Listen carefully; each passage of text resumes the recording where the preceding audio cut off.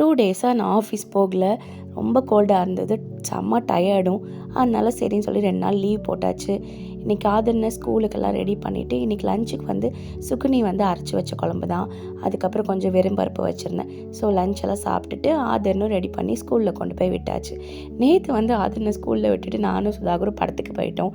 சரி இன்றைக்கி எங்கே போகலாம் அப்படின்னு சொல்லி யோசிச்சுட்டு இருந்தப்போ ஓகே வக்ரா சூப் போயிடலான்னு சொல்லிவிட்டு அங்கே கிளம்பிட்டோம். அதுக்கப்புறம் அங்கே போனோடனே முன்னாடி ஒரு பஜ்ஜி கடை இருந்தது. பஜ்ஜியை பார்த்தா மட்டும் நம்மளால் வாங்காமல் இருக்க முடியாது. அதனால் பஜ்ஜியும் வாங்கிட்டு அப்படியே கடலை பார்த்து உட்காந்துட்டோம். நாங்கள் போன டைமில் கூட்டமே இல்லை, வெறும் அந்த கடல் அலையோட சத்தத்தை மட்டும் கேட்டுட்டு அப்படியே அங்கே உட்காந்துட்டு இருந்தோம்.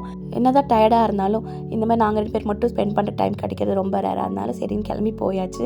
அதுக்கப்புறம் ஒரு பெர்ஃப்யூம் ஷாப்பில் போயிட்டு பெர்ஃப்யூம் பார்க்கலான்னு போயிருந்தோம். அதில் இந்த வந்து குட் கேர்ள் அப்படிங்கிற பெர்ஃப்யூம் வந்து எனக்கு ரொம்பவே பிடிச்சிருந்தது. அதே மாதிரி ஜென்ஸில் வந்துட்டு ஊத் ரோஸ் வுட் அதுவும் ரொம்ப நல்லா இருந்தது. பார்கெயின் பண்ணி வாங்கினீங்கன்னா உங்களுக்கு கம்மியாகவே கிடைக்கும். இது வந்து இந்த பெர்ஃப்யூம் வந்து காரில் மாட்டிக்கலாம் அப்படிங்கிற மாதிரி சொல்லியிருந்தாங்க.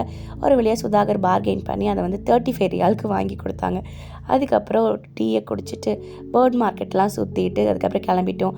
இன்னும் ஆதிர்னை பிக் பண்ண 1 ஹவருக்கு மேலே டைம் இருந்தங்காட்டிக்கு நேச்சுரல்ஸ்குள்ளே பூந்தாச்சு.